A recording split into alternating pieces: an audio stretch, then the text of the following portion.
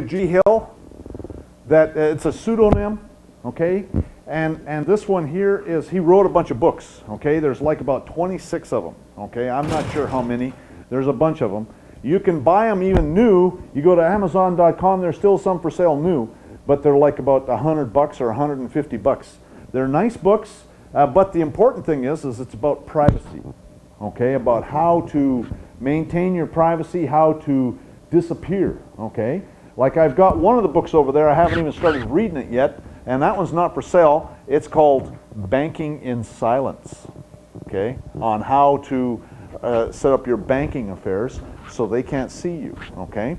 It's about perpetual traveler, okay? I don't know if you ever heard of the perpetual traveler, but that's what some people do to basically disappear from the system. And this one here is the passport report. This one is $30 and somebody can have it. You can buy these on Amazon.com and on eBay. But anyways, this one's how you can get a foreign passport. And a foreign passport is very useful if you want to open up a bank account.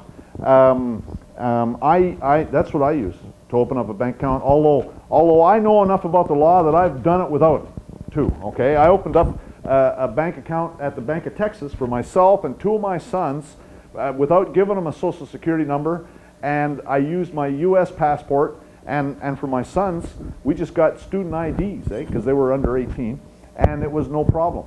But I took the time to explain, you know, that it's a felony to compel the disclosure of a social security number, and I showed the statutes, and I told them that I don't have one, I've never had one, and I give them an affidavit to that effect, and you know, sat down and talked to them, and not every bank will do that, I'll tell you. A lot of them give you a hard time about that, but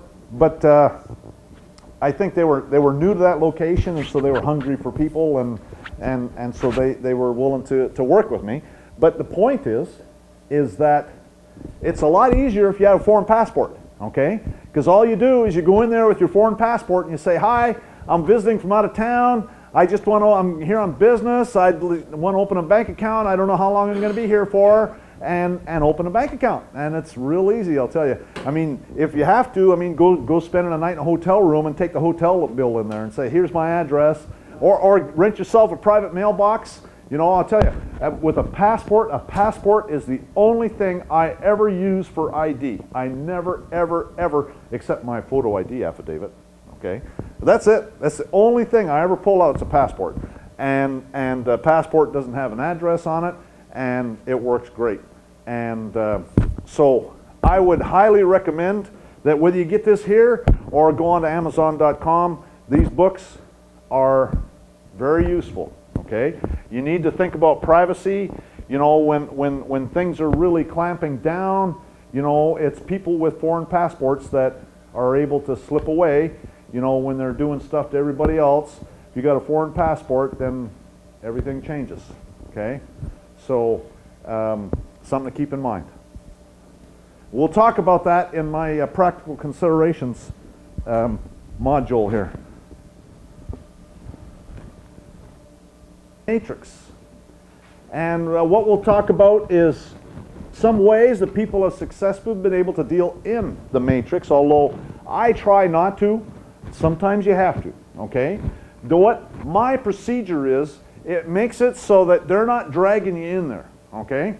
If this is done properly, they don't want anything to do with you, okay?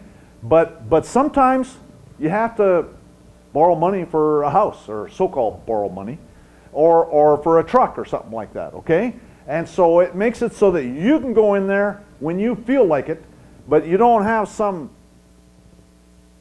hired thug, for lack of a better word, dragging you in there, okay? And then we'll talk about some ultimate permanent solutions. The important thing is that everything is by consent. The important thing is, well, we'll go back to the beginning. Yes, how to stay out of the matrix, some ways that people have successfully been able to deal in the matrix, and some permanent solutions. Now, the interesting thing is that this is in the Criminal Code of Canada. And I haven't found something similar here in Texas, but it'll be interesting. This is, again, because the Queen is there, okay? And think about it. No person is entitled to consent to having death afflicted upon them. Think about this now. With the law, it's not what it says, it's what it doesn't say, okay? Because if you don't have to consent, or if you don't have to consent to get the death penalty, think about it. Then you have to consent for everything else. Right? Isn't that right? If you don't have to consent to get death imposed on you, then everything else is by consent. You have to agree to it. Here in Texas, that could say every person is. No, that's in Criminal Code of Canada, and this is true, okay? If you don't have to consent to get death inflicted upon you, then you have to consent for everything else. And I'm looking for some stuff in Texas, but I haven't really. I've been looking a little bit. Again, you know, it's amazing. You know, you get other people looking through there and finding all sorts of stuff. So you guys find something, send it to me. I'm very interested, and I'll tell other people. You know I will. Okay. So, do you have a birth certificate? I don't know about you, but I don't. I don't remember when I was given birth. I have no first-hand knowledge of that. And that's what I tell them. Okay? And any evidence of that is hearsay. Inadmissible as evidence in a court of law. Their birth certificate is everything they do. You know, somebody in Canada went and wanted the original birth certificate. And you know what the bureaucrats told them? They said, no, you can't have that. That is our property. So, if it's their property, what do you want it for? Do you have a driver's license? No, I don't have one. If you produce a driver's license, you're telling them you want to be a surety or accommodation party for their entity. The only time I ever pull out a driver's license is if I want to rent a car. The only address I ever give them is a private mailbox. I don't care what their paperwork says. Street address, that could be a mailbox. You remember, the only address they want is for their straw man, right? Their straw man can live anywhere. It can live in a mailbox. I put that down all the time. I've been to the Supreme Court, been through in all sorts of courts. They know it's a private mailbox. They want you to volunteer something. If you give an actual address where you live, then they know where to find you. I'll tell you, that's the reason that in Arizona, that was the reason they would have found me. I'll tell you, I guarantee you, they would have found me if I would have had an address at my house where I was living on that straw man's driver's license. They would have found me, and everything would have been completely different. But as it was, the only place they could find me was where I was working. And I put a stop to that when I went and filed that lawsuit. But until then, that gave me a lot of flexibility to be able to deal with it, because at least I didn't have to worry about them finding me at home. You see what I'm saying? And that is very empowering to know that they can't find you, okay? And you can deal with it. And it's not to say that you're going to hide from them and not deal with it. You got to deal with it, but you need to put them in the position that they know who's boss and that they know they're the servant, and you start dumping on them. And with my criminal complaints, if you read those criminal complaints, you know, I just dump on them.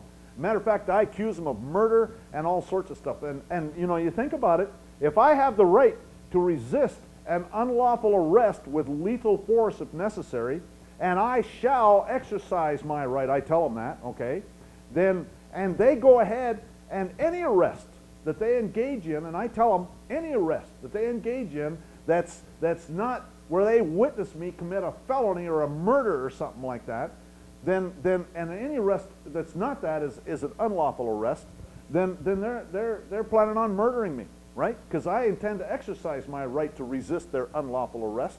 You see what I'm saying? And so that's what I just get right up in their face and accuse them of conspiracy to commit murder and all sorts of stuff. I'm telling you, I just dump on them. And you know, you got to understand, I've done enough lawsuits and stuff. It's like throwing mud against a wall. You never know what's going to stick, you know. And you just throw everything at them, and you never know what's going to stick. And it's like they're busy diving for cover, and you hit them so many times, and the next thing you know, they put you down as sovereign in their system because they don't want to have to deal with it. I'm telling you, you have no idea. Anyways, do you know who you are? One thing that with a post office box, You know, you can use a post office box. I've seen people do it. I've done it, okay? My brother has an address in Denelda, Alberta. That's a post office box. And the address of the post office is 30 Main Street, and the box's number is 188, right? So he always puts down P.O. Box 188, Denelda, Alberta, right? Well, I put down 30 Main Street, suite number 188, Denelda, Alberta. My mail gets there no problem, eh? Yes, General Post actually is the way that the Republic of Texas is doing it, and that is very good. And yes. you have to be careful. There's a way that you have, if you're not careful, that you have to go to a post office that has a postmaster, and you have to make sure and get it set up right. Otherwise, they're... Go ahead again. Sure. As